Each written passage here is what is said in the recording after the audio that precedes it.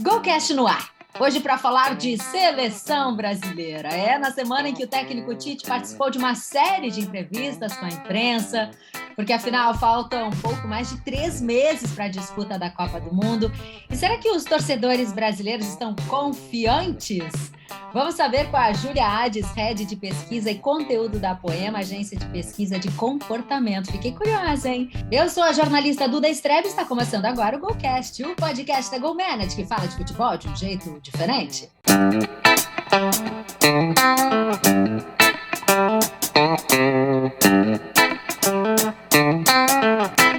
Já se inscreveu no nosso canal? Estamos no YouTube como GoCast GoManage. Toda terça tem um episódio novinho para você. Se inscreve, acompanha o nosso trabalho. Estamos também nas principais plataformas de áudio.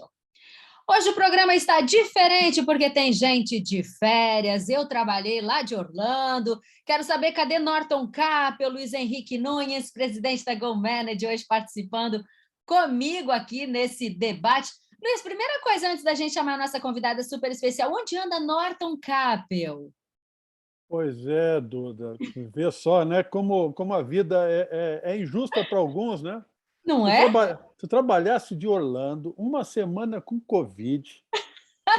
Eu já trabalhei aqui ano passado com Covid, já trabalhei de São Paulo, de Porto Alegre, né? O cara me tira umas férias Pois e não participa desse programa, e já aviso desde agora, também não vai participar do outro, porque as férias são imensas, né? Não sei nem quando começaram, mas parece que não vão terminar nunca, né? Eu gostaria de entender isso. Já fica aqui o meu protesto, lembrando que a direção do GoCast é de José Pedro Villa-Lobos. Agora sim, deixa eu dar... Mas me assopraram, não respondi o que tu perguntou. Ah, Me assopraram que o nosso grande parceiro, né, nosso brother, nosso amigo, Norton Nedef Capel, um homem com esse nome só pode estar na Alemanha, né? É óbvio. eu vou logo ver. Tá na Alemanha. Logo Ele vi. Deixa ele aproveitar, então, depois vai ter muito trabalho para ele. deixa. Preciso dar aqui as boas-vindas para a Júlia, que está em São Paulo e nos dá o prazer da tua presença. Tudo bem com você, Júlia? Bem-vinda! Tudo bem, e vocês? Obrigada, gente. Estou super feliz, animada para a gente bater esse papo hoje. Bora conversar. Que legal, a gente acha sempre um tema bacana, né? Falar de seleção brasileira. A gente já falou algumas vezes aqui, né, Luiz, sobre a seleção, algumas posições que a gente tem aqui, e me surpreendeu essa pesquisa que você traz para a gente hoje, para a nossa audiência aqui, de que 71% dos brasileiros acreditam que a seleção tem chance de ganhar a Copa do Mundo. Primeiro, eu queria entender um pouquinho do teu trabalho, essa pesquisa que vocês fazem, que tem a ver com comportamento, e de que maneira vocês chegaram a esse número aí de otimismo geral? Legal. Bom, a Poema é uma agência de pesquisa de comportamento de consumo, então tudo que tem a ver com comportamento e consumo a gente investiga, né? Então, a gente está cada hora estudando um tema, seja alimentação, cosméticos, futebol, cartão de crédito, enfim, das mais diversas categorias. E esse ano, e todo ano a gente faz um estudo autoral. Esse ano, ano de Copa, né? Um ano super polêmico também, cenário pandêmico, normal meio que voltando, eleições, enfim, a gente falou, bom, vamos ver como é que estão as pessoas aí, né, em relação à Copa, até porque a gente estava se sentindo um pouquinho desanimada, assim, em relação à Copa do Mundo, e a gente falou, bom, será que as pessoas estão sentindo a mesma coisa e tal? E aí a gente foi fazer uma investigação com torcedores que são muito apaixonados pela seleção brasileira e pela Copa do Mundo. A gente achou que esse perfil de pessoas ia ajudar a gente a, de alguma forma, reestabelecer esse vínculo com a seleção. Então, a nossa investigação, ela partiu daí, né, dos torcedores que são super apaixonados. E aí, surpreendentemente, a gente viu ali que da nossa amostra, né, mais de 70% acredita que o Brasil vai ser campeão. Durante o estudo, a gente teve, na verdade, várias etapas, né? Então, a gente começou fazendo uma grande investigação com dados que já estão disponíveis, né, na internet sobre o tema e tal. Depois a gente foi para uma análise sociohistórica para entender como aconteceu a Copa do Mundo, desde quando o futebol chegou no Brasil, até quando a primeira edição da Copa, E aí foi muito legal, porque a gente foi entendendo, né, que as aglomerações já aconteciam desde décadas atrás, quando as pessoas se reuniam para ouvir no radinho, sem imagem ainda, os jogos da Copa e tudo mais. Depois dessa análise sociohistórica, a gente fez uma etapa quantitativa, então a gente rodou um questionário sobre o tema para mais de 1.000 pessoas em todo o Brasil. E, como a última etapa, a gente fez entrevistas em profundidade com torcedores muito apaixonados. Então, a gente foi até as casas deles, filmou, entendeu como que eles enxergam o tema e tudo mais. E foi muito legal, assim, estar perto deles. Interessante esse ponto de vista, hein, Luiz? Porque nós já falamos desse distanciamento da seleção brasileira, né, aqui no Golcast. Tudo bom, Júlia? Tudo bom. Prazerzão te ter aqui com a gente. Eu queria entender, é verdade, né, Duda? A gente já falou sobre isso, mas nas conversas que nós já tivemos, o foco, né, não foi se os torcedores que curtem Copa do Mundo, que curtem seleção brasileira, se eles estão confiantes ou não estão confiantes. A gente abordou muito do desinteresse que hoje o torcedor brasileiro, até mesmo aquele torcedor que curte e gosta de futebol, né, tem em relação à seleção brasileira. Então, até para entender um pouco mais a tua pesquisa, né, quando começou a conversar com as pessoas, vocês computaram levantar esses dados somente com pessoas que gostam de Copa do Mundo, que gostam do futebol.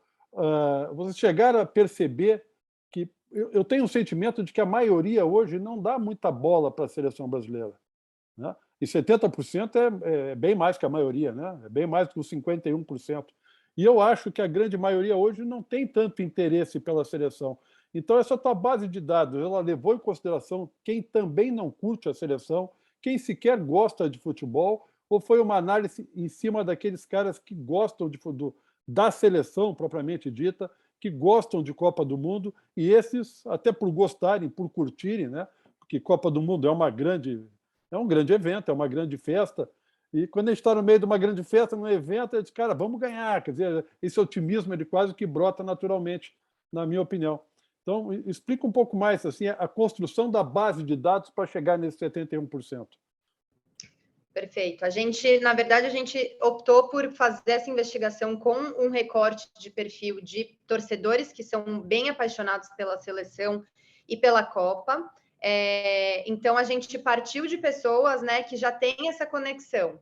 Mas antes disso, quando a gente estava fazendo pesquisas na internet, tudo mais, a gente viu, né, assim, pessoas postando. Quando a gente faz uma investigação dessa, a gente fuça redes sociais, o que as pessoas estão falando no Instagram, o que as pessoas estão falando no Twitter e tal.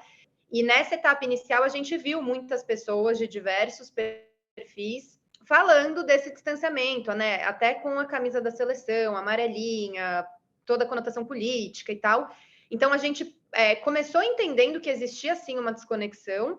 E aí a gente focou nos torcedores apaixonados justamente para entender por que eles ainda estão conectados com a seleção, né? Qual que é esse ponto que faz eles continuarem tendo esse amor, apesar de tudo? Mas mesmo os torcedores que são muito apaixonados, eles nos trouxeram vários pontos, assim, de como que eles enxergam esse distanciamento meio que generalizado, né, das pessoas em relação à seleção. Então, desde... eles falam que antes era mais fácil você acompanhar os jogadores, né? Eles ficavam mais tempo nos times, então você conseguia estabelecer uma conexão mais de longo prazo. Hoje em dia tudo roda muito fácil, então as pessoas acabam se perdendo um pouco, né? Assim, o vínculo do torcedor com o jogador, a gente vê que de uns anos para cá ele está um pouco mais fragilizado. As pessoas já não sabem exatamente o que está acontecendo com a seleção, todos os campeonatos, e ainda mais com toda essa coisa da camisa da amarelinha, né, desse ano. Então, a gente está vivendo um cenário que muitas pessoas estão um pouco desesperançosas, né? A gente passou por momentos difíceis aí nos últimos tempos, e isso impacta diretamente na forma como as pessoas enxergam a Copa do Mundo, né? Então, pô, vai vir a Copa fora de época, aí eu já nem sei mais quem é que está na seleção, eu nem sei mais o que está acontecendo e tudo mais. E quando a gente foi investigar os torcedores muito apaixonados, a gente viu que eles têm uma relação que ela é incondicional, né? Um vínculo que é incondicional. Então, eles são muito embasados, eles estudam, eles acompanham tudo, eles debatem, eles analisam. Então, a torcida em si, para eles, é uma forma deles se conectarem com os jogadores, é uma forma deles se conectarem com a seleção. A Copa do Mundo, para eles, é o ápice, né, desse trabalho que eles têm todos esses anos, mas eles acompanham anualmente, assim, né? Não é só pontual. Ah, quando tem jogo, eu vou lá, vejo o que aconteceu e tal. Então, são pessoas super informadas que nos ajudaram também a entender um outro lado de como é importante a gente torcer, né, pela seleção. Então, eles trazem muito esse ponto da torcida como uma forma de jogar, como uma forma também de se conectar e de ter uma troca com os jogadores, mesmo que seja dentro de casa. Então, tem toda uma preparação. A gente conversou muito com o pessoal do Movimento Verde e Amarelo, né, que é a primeira torcida organizada do Brasil, e, nossa, eles estão, assim, ó, mega estruturados para acompanhar essa Copa do Mundo, para fazer a maior torcida de todos os tempos. Então, foi muito interessante ver como o fato, assim, da torcida em si realmente tem um valor que, às vezes, eu acho que acaba se perdendo, assim, para quem não está tão ligado, sabe? Você tocou num ponto importante, né? A questão dos jogadores, a conexão com os jogadores, né? A gente sabe que muitos na Argentina eles curtem mais ver o Messi do que ver a seleção. A nossa empresa tem escritório em Portugal também, né? Portugal está muito parecido. Pouco se fala da Copa do Mundo hoje em Portugal, mas quando se fala da seleção, e falam com carinho da seleção. Aqui no Brasil, a maioria não fala com esse carinho.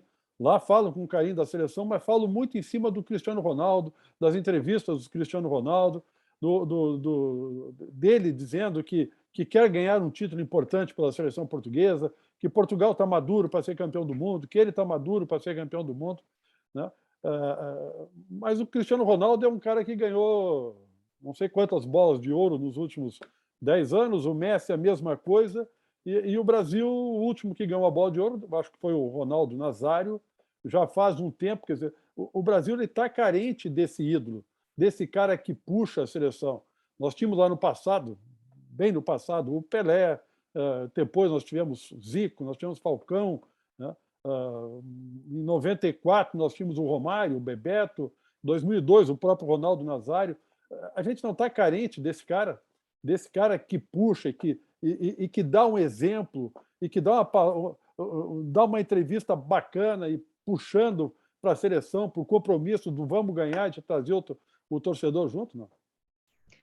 Total, tanto que quando a gente investigou, né, entrevistou algumas pessoas até um pouco mais novinhas, eles têm um saudosismo de algo que eles ainda não viveram com a Copa do Mundo e com os jogadores, né? Então eles ficam nessa memória do que os pais, os avós contam, é isso, a época do Ronaldinho, Pelé, os ídolos e tal, e eles se sentem muito órfãos dessa relação, assim, né? Então, hoje a gente percebe que isso ficou muito claro no estudo, assim, que é isso, eles não sabem muito bem, assim, quais são os jogadores, afinal, sabe? Para quem, afinal, eu torço, quem eu admiro. Então, existe uma nostalgia de algo que já foi e que para eles hoje parece que não é mais, né? Então, também eu acho que isso é um desafio de conexão mesmo, né? Como é que a gente estabelece uma conexão com a seleção, com a Copa, se na verdade a gente sabe muito pouco hoje, né? Os jogadores eles rodam muito mais.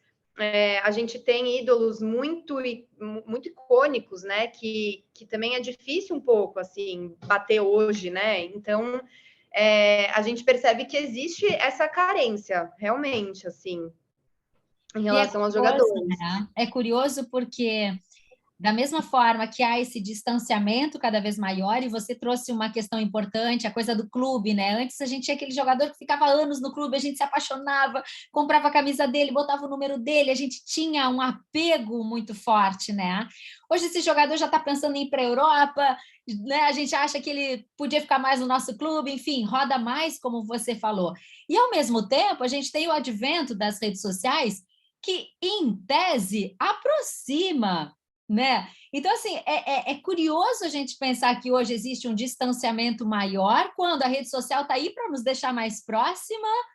Então, é uma confusão, né? Mas eu concordo com o Luiz, e era a minha pergunta sobre os ídolos do futebol, que me parece que também é do esporte. A gente está sem ídolos no esporte, né? A gente, poxa, a gente via o Guga, que coisa mais linda, né? Outros tantos do esporte que a gente ficava apaixonado, cena, esperando o domingo.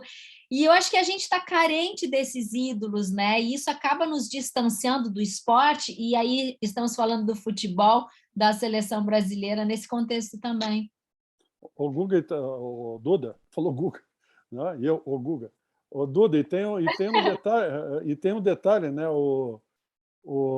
Esses grandes ídolos, pegar o Cristiano, o Messi, o próprio Neymar, né? As redes sociais desses caras, né? Eles têm muito mais seguidores do que os canais oficiais das seleções, das confederações, das federações, né?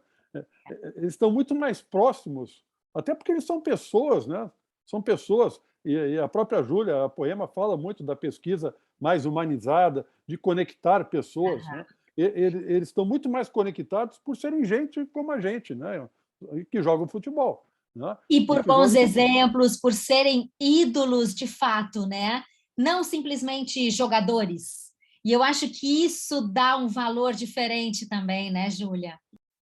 Super. Uma vez a gente fez um estudo bem profundo assim também para a Nike, e a gente investigou como também assim os consumidores, né, os espectadores das modalidades esportivas se relacionavam com os atletas e tudo mais. E para a gente voltou muito o ponto que a gente descobriu nessa pesquisa agora com o estudo da Copa, que é isso, né? Quem tá ali assistindo, os jogadores e tudo mais, existe ali uma expectativa até de heroísmo, né? Do que aquele cara que tá jogando vai me entregar, como é que aquele cara vai me satisfazer, quais são as projeções que eu tenho em cima de cada um, né? Como é que aquele jogador me dá orgulho, né? E assim essa relação vai se aprofundando e vai também se fidelizando. E hoje, apesar da gente ter as redes sociais, que é, né, uma dualidade, pô, a gente tem ali um monte de informação disponível, os perfis, todo mundo postando foto da vida pessoal, da vida profissional e tal, que é um jeito de humanizar também, né, os jogadores, os atletas. Ao mesmo tempo, existe uma rotatividade muito alta. Então, o que a gente sentiu bastante foi... Cara, antes eu ficava mais tempo admirando e acompanhando um jogador. Eu consegui estabelecer um vínculo um pouco mais enraizado do que hoje. Então, hoje eu acompanho um jogador no meu time, mas daqui a pouco ele está em outro. E aí, putz, e aí eu tenho que, de alguma forma, substituir ele, né? Se eu quiser me manter ali conectado com o meu time específico, o meu clube. Então, ao mesmo tempo que a gente tem muita proximidade com as redes sociais, parece que essa rotatividade muito alta acaba esvaziando um pouco, fragilizando um pouquinho esse vínculo também, sabe? É verdade, né? Nós tivemos no Sul, né? Aqui no Brasil, recentemente, até um exemplo de um jogador que fez um ano maravilhoso no Internacional, foi para a Rússia, teve a oportunidade de, nessa abertura que a FIFA deu, desses jogadores jogarem em outros lugares, né?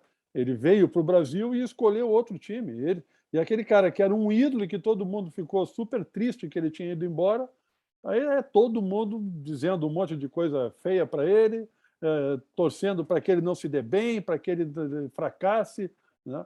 Então, assim, tem isso, por um lado, mostra que a paixão pelo clube ela continua mais forte, né?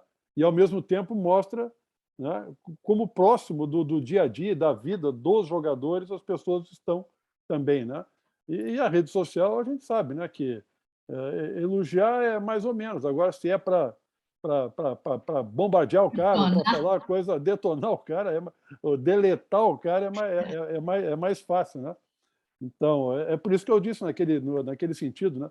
Falta esta grande personalidade, aquele cara, como era o Guga, o exemplo que a Duda citou, como era o Guga, como era o Ayrton Senna, né? Como era esses caras que não têm reparo na sua vida, né?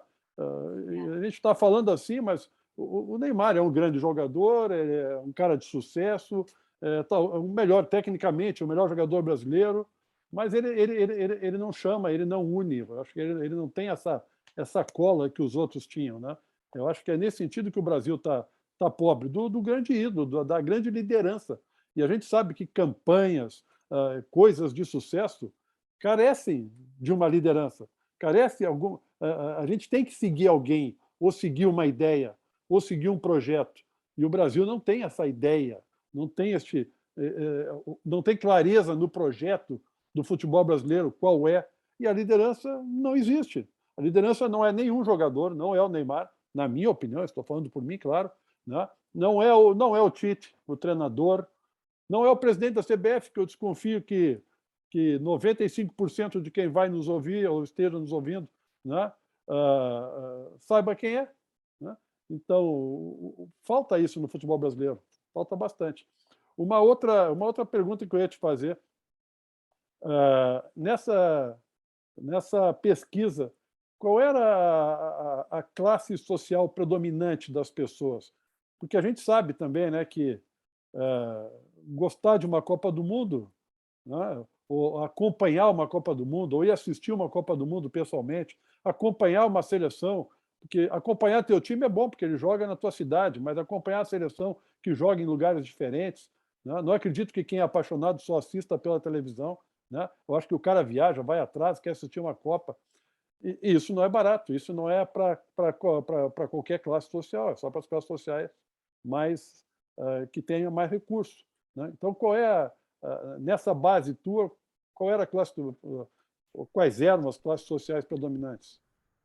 A gente fez uma pesquisa justamente considerando uma amostra que contemplasse diferentes classes sociais. Então, a gente não ficou só numa classe de elite, né? A gente foi desde classes mais altas até classes mais baixas, e justamente esse ponto que você está trazendo, a gente viu que tem uma diminuição mesmo da ida aos estádios. Então, muitos dos entrevistados nos contaram, olha, antigamente era mais fácil, mais barato da gente ir e tudo mais, e assim, tem alguns pontos, eu acho, né? Eu acho que principalmente no Rio, Maracanã e tal, muitos falaram da elitização, né, do estádio em si, e hoje, com streaming, um monte de opção também para a gente assistir aos jogos, a gente sentiu também que isso deu uma pulverizada, assim, né? Claro que os torcedores que são super apaixonados e que estão nesse movimento de tentar restabelecer o vínculo e tudo mais, eles tentam se organizar para ir no estádio e estar presente, porque o assistir ao vivo para eles, independente da classe, é uma conexão muito forte com os jogadores. Então, eles estão lá, eles estão cantando música, se eles veem que o time está mais desanimado, eles começam a pensar estrategicamente qual outro canto que eles vão cantar ali para animar e tudo mais. Então, existe um trabalho de jogar torcendo, né? Então, eles falam muito, torcida ganha jogo, isso é um fato, e eles sentem muito isso no estádio. Mas, principalmente quando a gente fala de Copa do Mundo, isso é muito difícil, né? Assim, você vai viajar para o Catar, quanto que é a passagem, a hospedagem, enfim. Então, são poucos os que conseguem acompanhar, por exemplo, uma Copa do Mundo, e o estádio tá sofrendo essa falta, assim, nos últimos tempos, a gente percebeu. E aí o que a gente vê é que a casa se torna um centro de bar misturado com estádio, mas ao mesmo tempo você consegue ficar ali concentrado. Então a galera que é muito apaixonada, eles falam, a gente não assiste em bar nem a pau, porque dá nos nervos, a gente vê a galera cornetando, falando besteira. Então, para eles a casa virou o estádiozinho particular, né? Então eles organizam a casa, fazem decoração, organizam a temática, pega a cervejeira de um, a TV grande do outro, pinta a rua. Então, esses rituais, e a gente viu que a Copa é muito sobre rituais também, eles ainda estão presentes nessa galera que realmente acompanha, que realmente torce, que enxerga na torcida uma forma de se relacionar com os jogadores, né, e de jogar também. Então, o que falta ali no estádio, eles trazem para dentro de casa. Isso é muito legal, né? A Júlia estava falando e eu lembrando aqui que eu fazia isso com as minhas amigas, né? A gente se reunia para assistir aos jogos da Copa do Mundo, para torcer para a seleção brasileira, nós de amarelo, de verde. Era um ritual, né? Como você fala. Depois eu tive a sorte, claro, de trabalhar em Copa do Mundo e de assistir aos jogos de Copa do Mundo. E eu achei muito interessante que na tua pesquisa vocês também falam sobre a quebra da rotina, que é muito interessante também, né? Que legal a gente poder sair mais cedo do trabalho para juntar a galera para assistir ao jogo. Isso também foi verificado na pesquisa, né, Júlia? Foi super, assim, isso da quebra da rotina, né? Então a Copa chega, parece que tudo pode, né? Então todo mundo se organiza para assistir aos jogos, o trabalho tem que respeitar os jogos do Brasil e tudo mais. E uma coisa que eu acho super interessante, que também é uma forma da gente quebrar algumas regras sociais, né? Então a gente viu que muitas emoções são colocadas para fora quando você está torcendo. Então a gente brincar com o lúdico, né? Que a gente quase não tem mais isso no nosso dia a dia, de você pegar, pintar a cara, pintar a casa, pegar a decoração e tudo mais, de você poder realmente se expressar de forma intensa, né? A gente é educado ali no trabalho, tem que ser contido, tem que ser educado, tem que ser isso, tem que ser aquilo, e daí quando chega um jogo da Copa do Mundo que você tá vendo com seus amigos, põe para fora, que salve-se quem puder, berra, xinga e tudo mais. Então, é uma libertação também, né, nesse sentido. E a rotina que também, né, a gente está ali, horário comercial e tudo mais, chega a Copa como um respiro também. Pô, calma, né? Eu posso ir para o bar às 3 da tarde de uma vez e assistir o jogo, ou chamar os meus amigos em casa e ficar até tarde. Então, a Copa, ela vem também como alguns respiros, né, desse padrão que a gente vive. A própria relação, né, Luiz, do empresário com aqueles colaboradores, trazendo uma televisão para dentro, transformando aquele ambiente num ambiente mais legal também, de todos, entendendo que isso também faz parte, né, dessa construção. Eu acho bacana também. Eu sou empresário há 40 anos, então já passei por umas 10 Copas do Mundo. Ah, que Então, legal. ou se outro dispensa, outro coloca uma televisão, outro deixa o cara ir para casa, mas tem que deixar, porque não existe produtividade na hora do jogo. A gente quase sempre dispensou todo mundo. Cara, vai para casa, vai ver o jogo, né? Claro que alguns trabalhos exigem a presença constante, o plantão, né? Mas em todos eles tem a televisão, tem essa coisa, faz parte. Faz parte. O futebol é uma das paixões do futebol brasileiro e é uma válvula de escape, como a Júlia disse, né? Quantas vezes a gente não ouviu, né? Eu nem gosto disso, mas quantas vezes a gente não ouviu: precisamos dar uma alegria para o nosso povo, precisamos fazer alguma coisa, né? Eu acho que é tão pouco isso, né? O futebol, o carnaval, a gente tem que dar alegria para o nosso povo 365 dias por ano, não só de 4 em 4 anos, ou em fevereiro, né? Mas, enfim, isso é outro papo, isso é outra conversa. Quando tu falou tudo isso que acontece durante uma Copa do Mundo, e até vou dizer que eu sou chato para isso, eu não gosto de assistir Copa do Mundo com a minha casa cheia de gente, né? Porque a maioria... Eu já fiz isso, eu já fui para casa de outras pessoas ver jogo, e aí tem 45 pessoas assistindo, parece que está numa arquibancada, e dos 45, né, tem 35 que estão conversando outras coisas e que não entendem nada de futebol. Estão ali pela farra, né? Então, tem dois tipos de torcedores para mim. Tu já respondeu isso anteriormente, né? Esses torcedores, eles acompanham a seleção durante todos os anos, durante todo o tempo. Mas eu vejo que existe o torcedor, né, que gosta da seleção brasileira, tem o torcedor que gosta de Copa do Mundo. E o que gosta de Copa do Mundo não necessariamente gosta de futebol, gosta dessa quebra de rotina, gosta de ir às 3 horas para o bar, gosta de estar na casa dos amigos tomando chopp e depois fazendo uma festa, né? Comemorando uma vitória que ele nem curtiu, mas ele está no embalo da festa, bebeu o jogo inteiro, né? Então, a Copa do Mundo tem esse ambiente, né? A gente teve Copa do Mundo aqui no Brasil, né? E a gente foi assistir jogo, sei lá, assisti um monte de jogos, 6 ou 7 jogos da Copa do Mundo, e 4 do Brasil e o resto não, né? E o clima é o mesmo, o clima é uma festa, né? É uma festa. O brasileiro está indo lá assistir Holanda e nem lembro mais quem foi, né? Vai como se tivesse ido para o jogo do Brasil, quer dizer, é aquele cara que curte esta farra, não curte necessariamente um jogo, são torcedores diferentes, né? O de Copa e o de seleção brasileira, né? Eu ainda acho, né, que a grande maioria do brasileiro gosta de futebol, mas gosta mais do seu clube do que da seleção, né? A maioria ainda não curte mais, como curtia no passado, a seleção brasileira.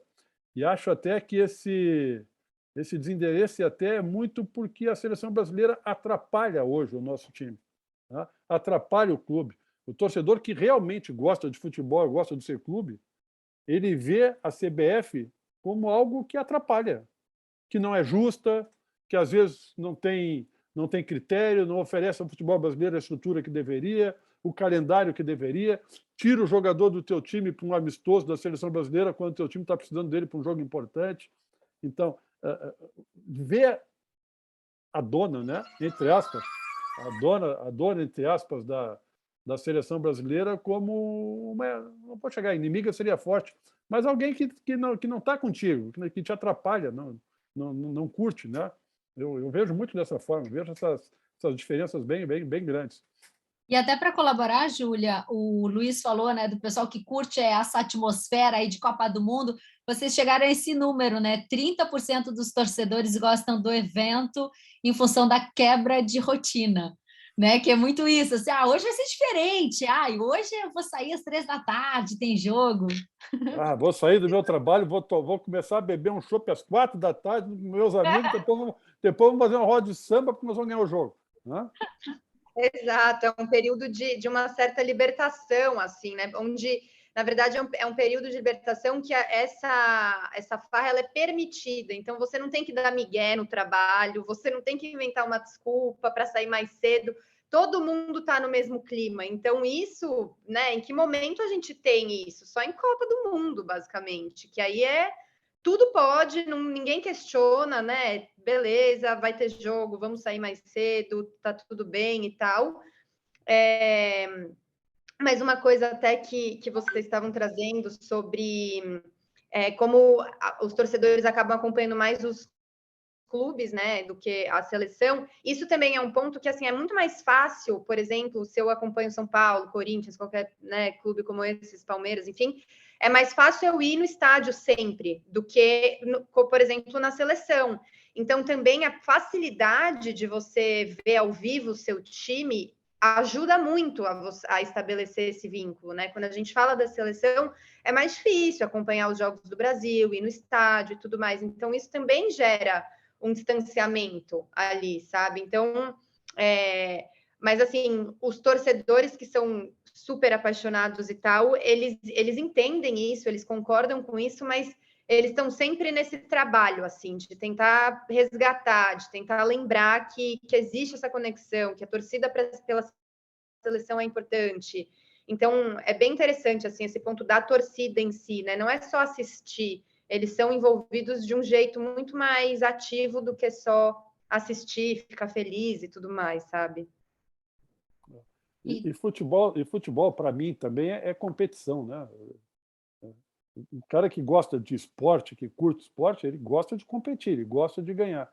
E eu vejo que a seleção brasileira, ela joga de 4 em 4 anos. Eu sei que ela joga o tempo todo. Tem a Copa América, tem os amistosos, tem as eliminatórias, mas tudo isso, para mim, é sem graça.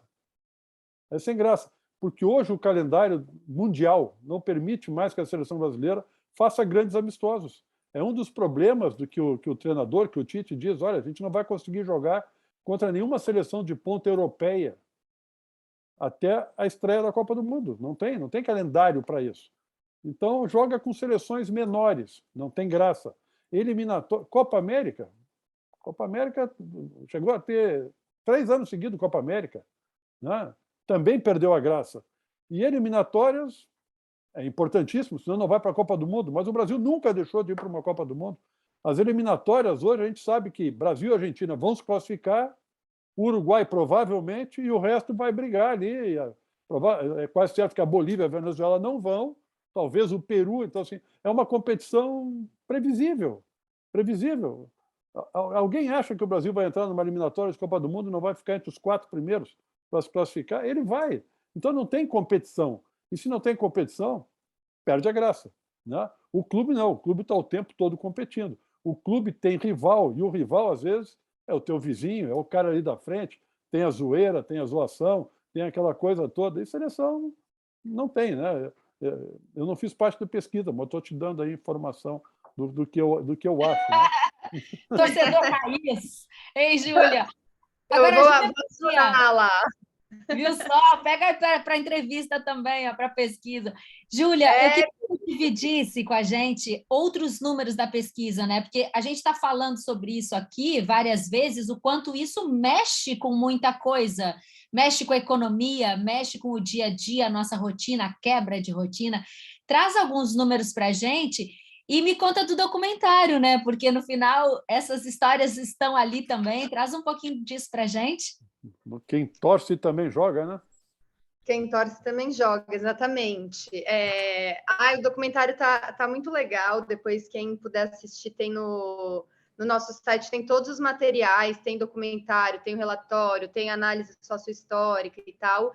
E o documentário para a gente foi assim, quando a gente viu pronto, né? Fez tudo, a gente falou, cara, a gente ficou pilhadona assim também depois, porque quando você vê as pessoas falando a relação das pessoas com a seleção, com a Copa, parece que bate um negócio que está ali adormecido, né? Mas que quando você vê, você fala, não, calma aí, eu tenho isso aqui dentro de mim também.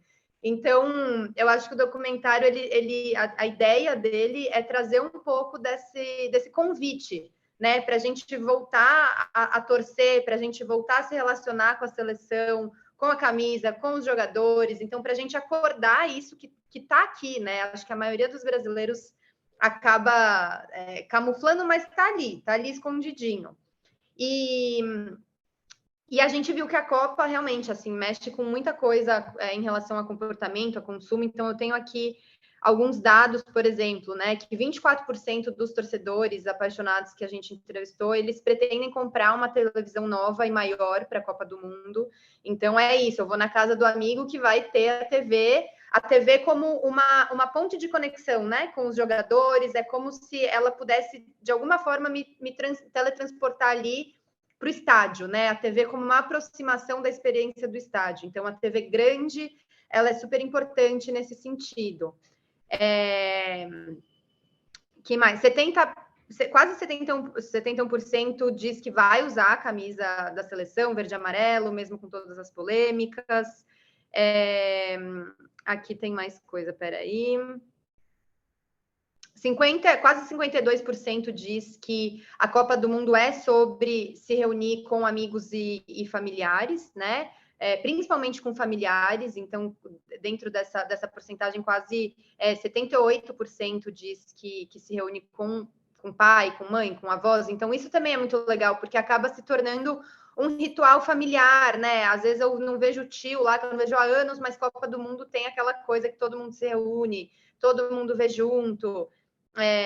Passado, a gente viu que o futebol e a Copa é muito sobre legado familiar, né? Então, eu ouço as histórias que os meus avós contavam, meus pais e tudo mais, e a gente vai passando isso para frente. Então, é um momento de se reunir com as pessoas próximas, com as pessoas que você se sente bem. 91% dos torcedores apaixonados pela seleção e Copa, eles assistem os jogos em casa, né? Então, eles não querem ir para bar, eles não querem ir para a zona, que não vai ouvir a TV, que vai ter gente falando mal da seleção. Então, eles querem ficar dentro de casa só com a galera que tem a mesma vibe de torcida.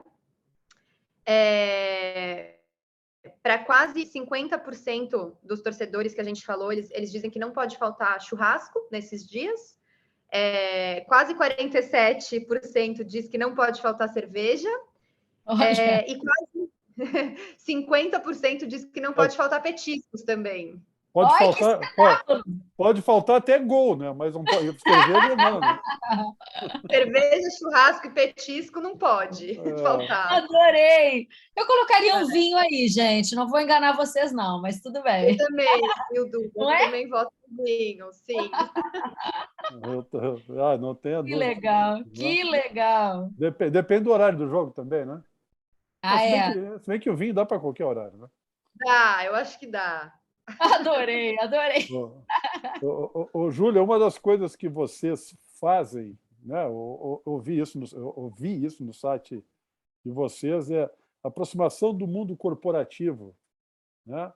Com essas realidades todas diferentes. Quer dizer, eu imagino que vocês devem prestar serviço para algumas empresas em função das pesquisas que fazem, dos dados que têm. Ninguém eu acho que a CBF devia... Eu não sei se vocês têm contato com a CBF, se vocês estão levando, se enviaram isso para a CBF, mas deveriam mandar isso para eles, né? Exatamente pelo que eu falei antes, da falta de conexão, que o torcedor brasileiro ele pode ter conexão com a seleção brasileira, ele pode gostar da Copa do Mundo, ele pode gostar de tudo, mas eu acho que a CBF, com a CBF, ele não tem essa conexão. Ou a CBF não enxerga o torcedor brasileiro como deveria, ou não aproveita o torcedor brasileiro como deveria, ou ainda não resgata a paixão que o torcedor brasileiro já teve no passado pela seleção e que não tem mais, né? E que não tem mais. Os 71% de confiantes da tua pesquisa são entre aqueles que gostam, mas a maioria não gosta. E a CBF tinha que enxergar e entender por que a maioria já não gosta mais tanto da seleção brasileira. Isso de aproximar o mundo corporativo de diferentes realidades, o que a gente sempre fala é que os consumidores, antes de serem consumidores, eles são pessoas, né? Eles têm uma vida, eles têm um contexto social, cultural e tal. E se a gente não olha para isso, a gente acaba enxergando eles por uma superfície ali que é muito rasa, né? Então, é a mesma coisa para os torcedores. Antes de serem torcedores de clubes, da seleção, enfim, eles são pessoas que têm sentimentos, que têm histórias, né? Que vivem de determinado jeito, e tudo isso impacta na forma como a gente se relaciona com tudo, né? Consumo de futebol, consumo de alimento, qualquer coisa. Então, é importante que a gente possa entender que esses torcedores, eles estão... É isso, né? A gente falou com os muito apaixonados, mas os que não têm essa relação tão próxima, essa desconexão, ela vem através de uma falta que não necessariamente está sendo vista, né? De uma carência que eles têm que não necessariamente a gente está entendendo. E que eu acho que é muito mais profundo do que só a seleção tá ruim, né? Tipo, não tem nenhum jogador. Sim, mas o que representam os jogadores para essas pessoas, né? Como é que eles se relacionam um pouco mais profundamente mesmo com esse personagem do que é o jogador, né? Existe muita coisa aí de identificações, de projeções, de admiração que são mais íntimos de cada um, né? Então, se a gente parar para olhar mesmo quem é o ser humano por trás dos torcedores, a gente entende que tem coisa ali, que o buraco é bem baixo, né? E o jogador de futebol também é um ser humano, né? Será que essa desconexão também não é por parte deles? Porque da seleção brasileira que vai disputar a Copa agora, não fiz a conta aqui, mas deve ter 2 ou 3 que jogam no Brasil. Acho que o Gabigol, se for convocado, o Everton, goleiro do Palmeiras, nem me lembro se tem outro, né? Todo mundo joga fora, está todo mundo em outro país, em outra cultura, alguns há muito tempo, né? Então, assim, eu acho que o desinteresse influencia de lado a lado. O desinteresse do torcedor, às vezes, também gera um pouco de desinteresse do jogador, e vice-versa, né? Quantos jogadores será que não estão mais interessados, né? E aqui não estou acusando, isso é uma pergunta, mas é quase certo que um ou outro talvez esteja mais preocupado com o clube que ele joga lá fora, né? Com o contrato que ele tem, porque o cara está ganhando fortunas lá fora, então, e disputar uma Champions, né? Talvez seja mais importante disputar uma Champions que a própria Copa do Mundo, né? Porque se ele for bem na Champions, ele renova o contrato dele, vai para um clube ainda maior lá na Europa. Então, houve essa desconexão natural que não tinha lá atrás. Quando eu citei aí Falcão, Zico, o Zico jogava no Flamengo, o Falcão jogava no Inter, né? O Sócrates jogava no Corinthians, né? Os caras jogavam aqui, agora não jogam, jogam lá. E a vida deles é lá, é compreensível isso também, que eles têm que construir a vida deles lá e ir bem lá, né? Mas eles estão longe. E os nossos entrevistados que defendem muito isso da torcida, né? E o nome do estudo, Quem Torce Também Joga, não é à toa, né? É justamente por essa troca que existe mesmo, de fato, entre os torcedores e os jogadores. Né? Então, o pessoal muito ali do Movimento Verde e Amarelo traz muito isso. Cara, quando a gente está no estádio, por exemplo, quando a gente vai, faz a concentração e tudo mais, existe uma troca. Os jogadores, eles sentem isso, né? Não é? Então, ao mesmo tempo que os torcedores estão desconectados, isso também potencializa a desconexão dos jogadores com os torcedores, né? Então, na verdade, é uma via de mão dupla. Então, parece que o trilho, ele saiu ali, né? A gente precisa, de alguma forma, conectar isso de volta, porque quem não é torcedor super apaixonado, realmente, essa troca, ela tá defasada, né? Então, comparando com as Copas anteriores, com as gerações anteriores, para a gente ficou bastante claro, assim, que isso deu uma enfraquecida, sabe? E aí, o Movimento Verde e Amarelo, todos esses torcedores que são super apaixonados, o ponto deles é muito isso, cara, os jogadores precisam da gente e a gente também, né, precisa deles, então isso a gente tem que dar as mãos, porque senão a seleção, ela não aguenta, né? E tem uma coisa, né, Duda, uma coisa que é fundamental também, né, para a curtição da coisa. O Brasil era o melhor futebol do mundo. O Brasil era o melhor futebol do mundo. Então, quando chegava a Copa do Mundo é um torneio, né? Tem uma fasezinha pequenininha ali que classificam dois e depois não é nem mata-mata, é mata. Então, existe a chance de qualquer um ganhar como qualquer um perder. Mas o Brasil entrava sempre como favorito. Sempre como favorito. Foi assim lá depois que o Brasil ganhou em 58, 62, ele sempre foi favorito. E hoje a pergunta que eu te faço, para os 71% de confiantes, né? Teve essa pergunta na pesquisa, você considera o Brasil favorito para a Copa do Mundo? Ou o favorito é outro país? Né? Para esse 71%. Será que a Espanha é mais favorita, que a França é mais favorita, que a Alemanha é mais favorita? Para esses 71%, assim, ó, gente, a gente ficou chocada, porque eles têm muita certeza que o Brasil vai ganhar. Então, o Brasil é super favorito, eles têm, assim, ó, estão muito confiantes que o Brasil vai ser campeão. Então, a gente saiu de lá até esperançosa, assim, a gente falou, nossa, a gente entrou nesse estudo meio desacreditada e tal. Vai Brasil! Exatamente, vai Brasil, vamos ganhar. Então, assim, vamos ver, mas as previsões e as expectativas ali estão bem positivas. E vocês sabem que eu acho tão importante a gente resgatar esse sentimento de volta, porque o nosso povo, ele é muito sofrido, né? Assim, se a gente for analisar, e tá tão difícil, né, para o povo brasileiro, e o futebol nos orgulhava, ter os melhores jogadores do mundo nos orgulhava, ter uma camisa forte, poderosa, com tanta estrelinha, nos deixava realmente como o top one. Então, acho que esse resgate ele é importante, né? Para que a gente volte a ter esse sentimento assim de orgulho, que me parece que assim, a gente tem o melhor carnaval, o melhor futebol, a gente esqueceu um pouquinho disso. Cadê o futebol que nos orgulhava tanto, né? E esse distanciamento ele tem que diminuir. Em algum momento a gente perdeu essa conexão, essa identidade que a gente tinha, esses valores que aproximam. E eu acho que é isso que deve ser feito agora, né? Mais do que o ganhar que eu estou falando, que é importante, esse orgulho, essa reconstrução, mas também esses valores, que é isso que aproxima, né?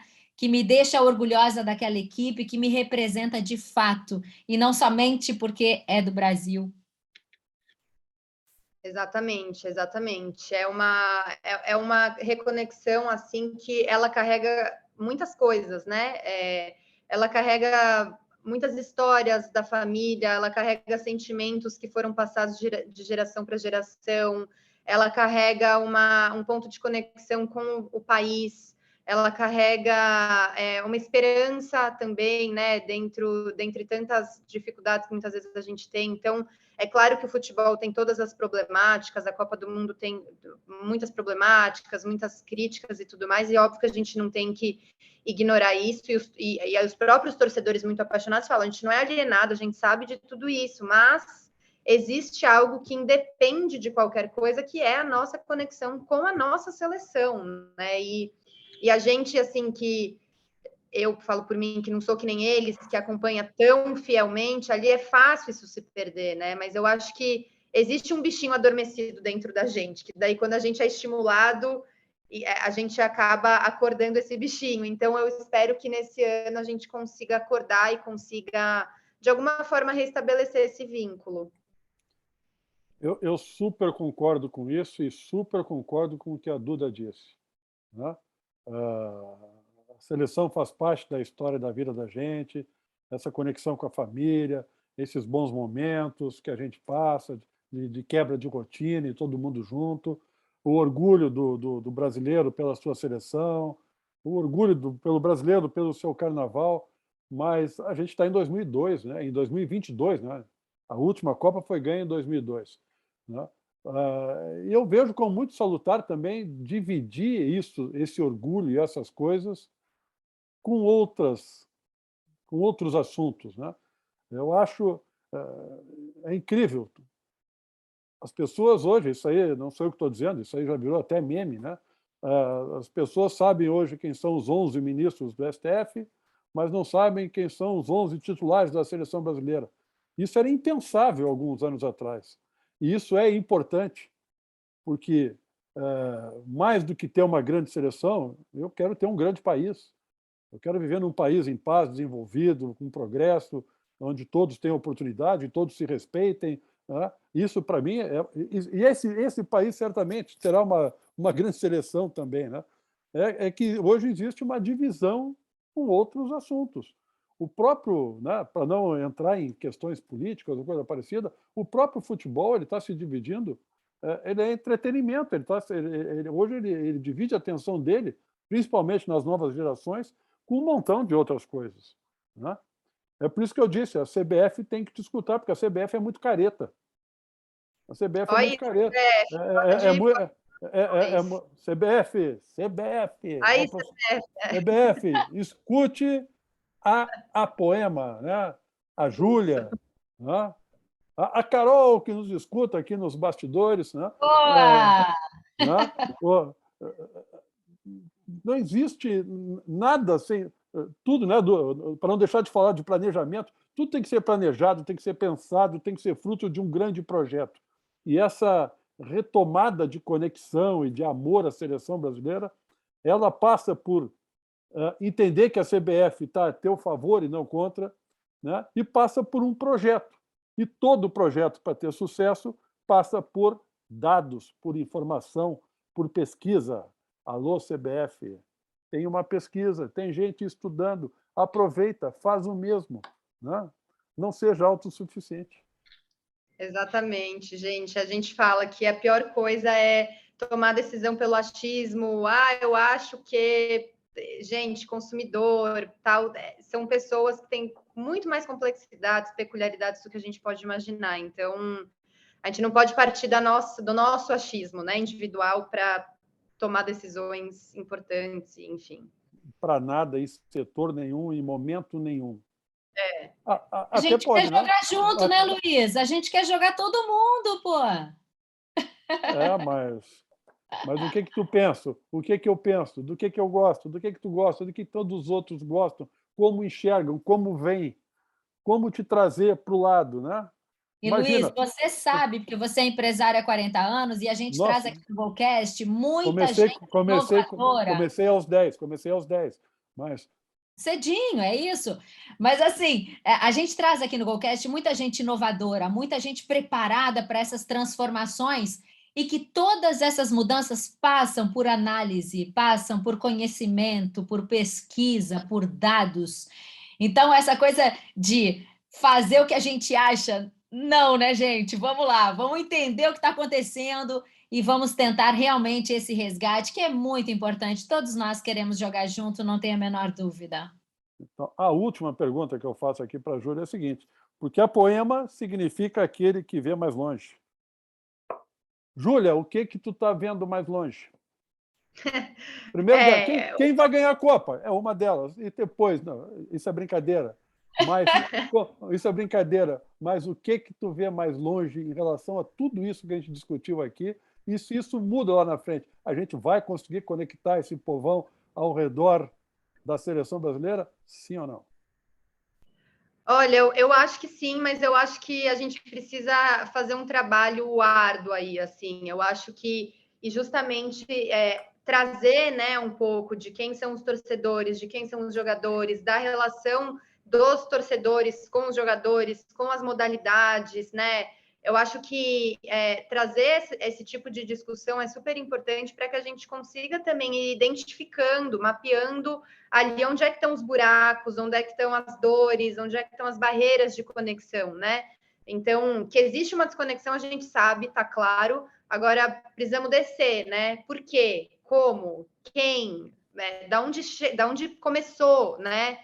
Do que as pessoas estão precisando? No fim, a desconexão, ela vem por um pedido que está oculto, que às vezes a gente não consegue ouvir e não consegue saber qual que é. Né? E só conversando, debatendo, entrevistando, ouvindo as próprias pessoas, a gente vai conseguir entender o que elas estão pedindo afinal, né? E aí a gente pode começar a trabalhar. Perfeito. Perguntinha que não quer calar. Tá otimista? O Brasil vai ganhar essa Copa, Júlia? Tu tá junto dessa galera aí que tá otimista? Olha, eu comecei o estudo pessimista e acabei o estudo otimista, gente. Eu tô achando que o Brasil vai ganhar, vamos lá. Agora eu tô na expectativa também, junto com os torcedores apaixonados. Que legal. Que bacana esse nosso bate-papo, Júlia.